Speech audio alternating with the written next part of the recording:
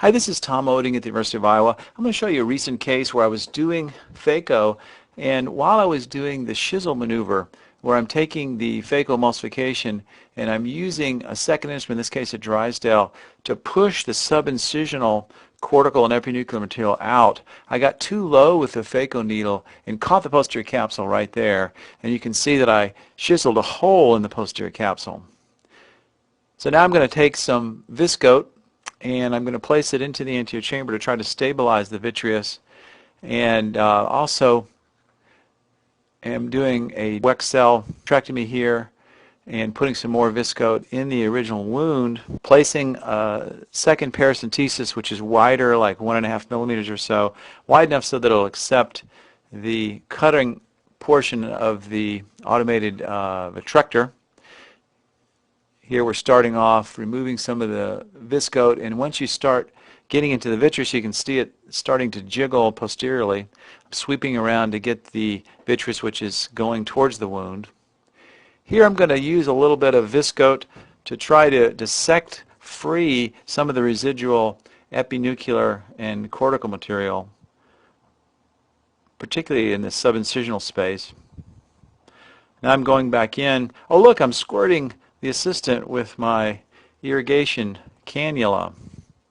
But here I'm going to go ahead and remove some of this material, initially with just viscoat to form the chamber, and now with both instruments going. You can see there's a piece of the epinuclear material which is just about to fall here, but I was able to retrieve it and get underneath it so that it didn't fall into the posterior segment.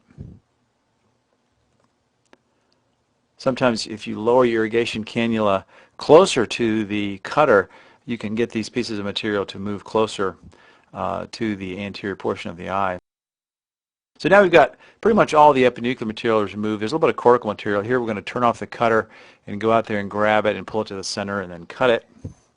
So you turn off the cutter, pull it to the center, and then cut to remove some of that. And there's some subincisional material here that we're going to use a cannula with viscoat to form the anterior chamber, and then we're going to go in with the cutter. Once again, I'm squirting the assistant and remove the residual cortical material. And so now we pretty much got all the cortical material out.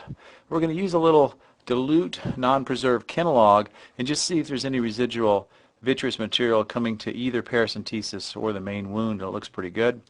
We'll remove the Kenalog with the anterior vitrectomy instruments. We're going to form the sulcus using viscoat so that we can place this lens in the sulcus.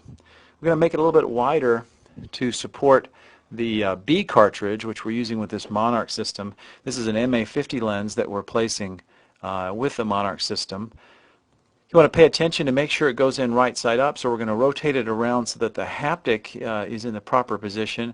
Put it just under the iris here, just over the anterior capsule, and then we're going to rotate back the other way so that the optic comes out flat as we place the lens the rest of the way in.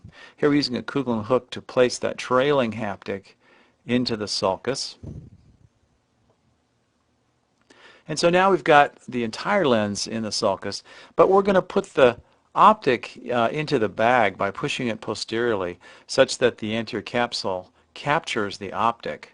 And this is a very stable position. It's very nice because it traps the vitreous behind the lens and really gives us a nice centration of the intraocular lens.